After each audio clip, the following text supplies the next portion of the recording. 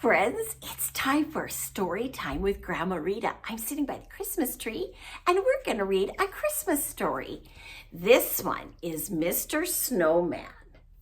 It's a Bumblebee Storybook. And do I see it? It says it's illustrated by Guile. That's who illustrated it. And the story is by Deborah Campbell-Todd. That's who wrote this book. She wrote this book. Let's see what Mr. Snowman, look at how cute he is. Let's see what this book is all about. Where's the first page? Here we go. Can you see the pages? It was a few days before Christmas and Molly and Tom were stuck indoors. They had woken up that morning to find that it was finally snowing.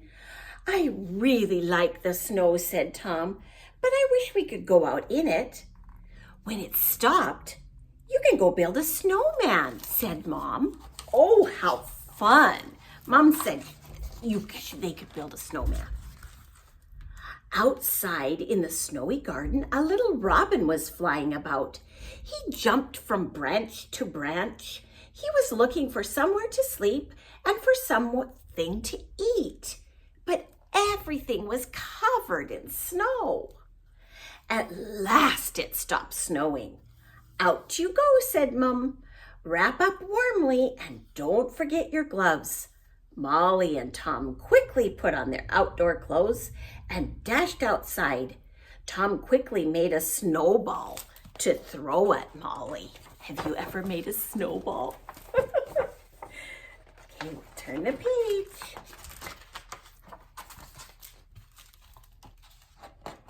Molly and Tom worked hard all morning, rolling up huge balls of snow to make snowballs. Mom even came out to help them put it together. By lunchtime it was made, and they all went in for hot soup. Oh, yum. The robin was still bouncing from place to place in the garden. Everything was so covered in snow, he could find nowhere to hide, and more importantly, he couldn't find anything to eat. Bother, thought the robin, and brrr! Oh, the robin was hungry and cold. Lunch was finished and the children came running outside again. Attention, cried Tom, saluting Mr. Snowman. He's not a soldier, said Molly. He needs a scarf, said Tom. Come on. Mom, can we have an old scarf or something to keep Mr. Snowman's neck warm, asked Tom. And a carrot? He needs some buttons for his coat, said Molly. I haven't any coal, so how about some big walnuts for buttons, said Mom. Turn the page. Here we are, Mr. Snowman, said Tom. He was just tall enough to wrap the scarf around Snowman's neck and a carrot nose. And here are some walnuts for your coat buttons and for your eyes, said Molly. She put the buttons on a row down the snowman and an eye on his face. See, there's the buttons and the carrot nose.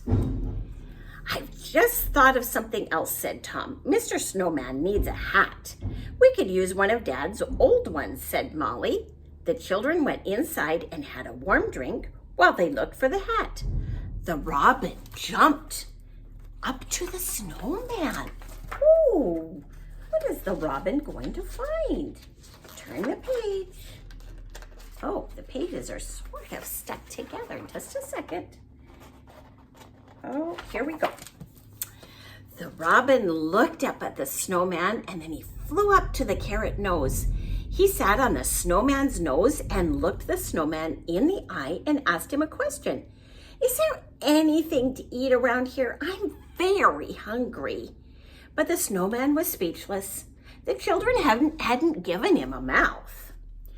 The little robin gave a shiver in the cold and nearly fell off the carrot nose. Please, he said to the snowman. The snowman looked down and the robin looked down. Something around here smells good, said the robin. What do you think the robin was smelling? We're turning the page.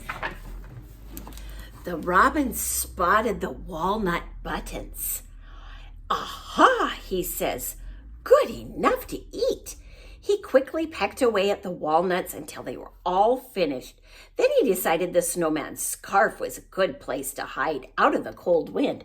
Look at the little robins all cozy in the scarf. Molly and Tom came running out again with a hat for Mr. Snowman. "Look," cried Molly.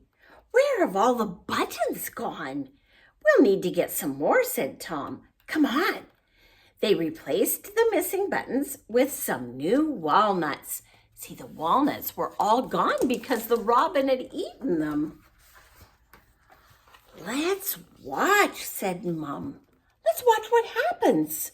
They all looked from the window as the robin came out of the scarf and quickly picked off the walnuts and began to eat them. More birds soon flew down to join him at the feast. "Oh, look at the snowman's buttons are food for the robins. Let's make it Christmas for the birds as well," said Tom. "Let's put lots of food out for them." Together, Molly, Tom, and Mum put all sorts of food for the birds. Some was hanging from the trees, some was on the table, and some was in front of Mr. Snowman. Look they're giving a little feast for the birds outside in the snow. Molly, Tom, and Mom looked out as so many different birds flew down and started eating their Christmas feast. Mr. Snowman stood in the center looking on. "I even gave Mr. Snowman a sunflower seed smile," said Molly. "Look at that. Isn't that cute?" And there it is, the snowman, and they're peeking at him from the window. That's the end of Mr. Snowman. That's all for today. Bye-bye.